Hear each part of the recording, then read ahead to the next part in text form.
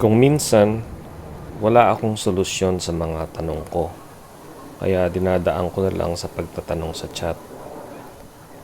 Ang gusto ko lang na makuha nyo sa chat natin ngayon ay kung minsan talagang hindi natin palad na makuha ang isang bagay.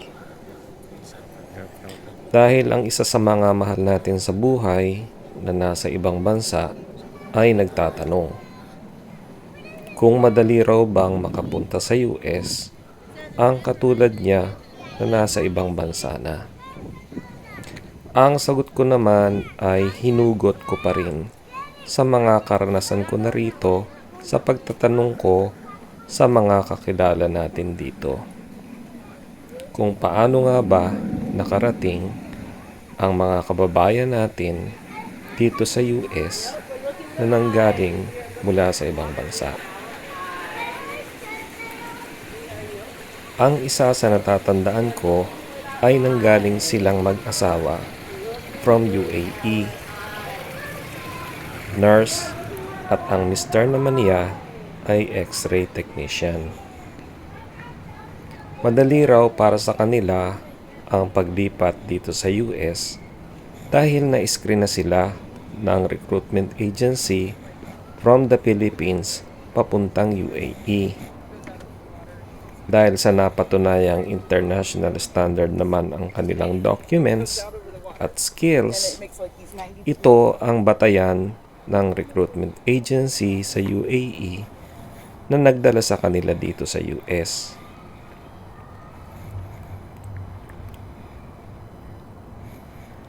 Ganito din ang nangyari sa isa kong kasamahan sa trabaho na nanggaling naman silang mag-asawa from England. Sa video call job interview ng employer nila sa US, itong video call interview na ito ang nagdala sa kanila sa US para makarating sila rito. Sabi ko ay ganun ang ginawa ng mga kasamahan ko na napatunayan ko. Pero gawa nga ng kaunti lang ang viewers natin at mga subscriber natin sa channel na to, ito lang ang masasabi ko.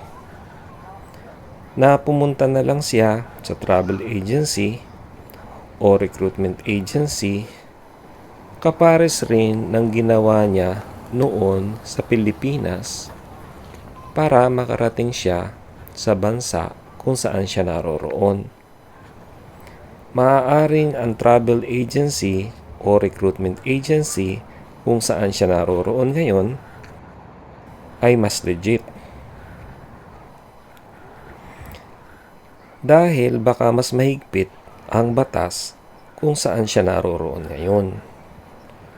Ang sabi niya sa akin ay, hindi rin kuya. Marami rin ditong hindi legit. Napanganga na lang ako dahil akala ko ay mas nakakasiguro tayo kung nasa ibang bansa na tayo para maging stepping stone lang natin ang bansa na yon para makarating dito sa US at para makapagtrabaho. Noong araw, ganun din ang katwiran ko noon. Gusto kong pumunta sa ibang bansa para maging stepping stone ko lang papunta dito sa US. Kaya kung minsan ay wala akong solusyon sa mga tanong natin. Kaya dinadaan ko na lang sa pagtatanong din sa chat.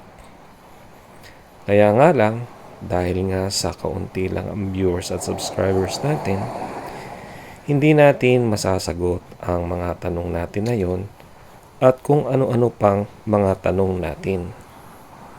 Dahil I'm sure na may naka-experience na sa mga kababayan natin ng mga ganito. Ito ang goal ng channel natin na to. Napagchatan natin kung ano mga ginawa ng mga nauna sa atin. Ang nasabi ko na lang sa mahal ko sa buhay ay ito. Ang experience ko noong nag-a-apply ako sa Manila sa mga recruitment agency papunta sa US. Maraming beses kong binisita ang recruitment agency na somehow ay napatunayan ko nang nagpapaalis ng mga recruits papunta sa US. 5 beses ko itong binisita. Para sa akin, ito ang adventure ko. Inobserbahan ko ang mga staff ng recruitment agency. Ganon din ang mga aplikante. Tinatanong ko ang mga staff kung ano-ano ang mga processing requirements, gaano katagal malaman ng resulta, at kung ano-ano pang mga tanong na isinulat ko. At sa mga pagbabalik ko ay itinatanong ko uli kung ano ang mga nakalimutan ko pang itanong sa kanila. Tinatanong ko rin ang mga aplikante kung anong stage na sila naroroon ng kanilang processing. Napag-alaman ko eventually na may kamag-anak o kakilala rin sila na nauna na sa kanila, kaya nag-apply na rin sila matapos nilang matapos ang mga requirements na kailangan ng recruitment agency. Ang sabi ko rin sa mahal ko sa buhay, basta ang mahalaga ay wala siyang original documents na ibibigay sa travel agency o recruitment agency na baka hindi na niya mabawi pa. Yun ang dapat niyang tandaan, na dapat ay wala siyang ibibigay na original documents na maaaring hindi na niya mabawi pa. Sana meron kayong nakuha sa chat natin ngayon at ma-share nyo sana sa iba itong group chat natin para sa mga bagay na makakatulong din para sa atin. Pampalakas ng loob. Panoorin nyo na lang ito sa tunay na buhay kung ito ba ay tunay na nangyayari o hindi. Hindi ko na kaya ang maglakad habang nagkukwento. Nakita nyo naman sa mga nakaraan nating video na napakaraming edit ang ginagawa ko dahil akala ko ay mas mabilis kong magagawa ang mga video natin na gusto ko ring matikman din ninyo. Pinapakita ko rin dito kung gaano kabilis humina ang kalusugan natin, na dapat na madiliin natin ang mga bagay dahil hindi natin alam ang bukas.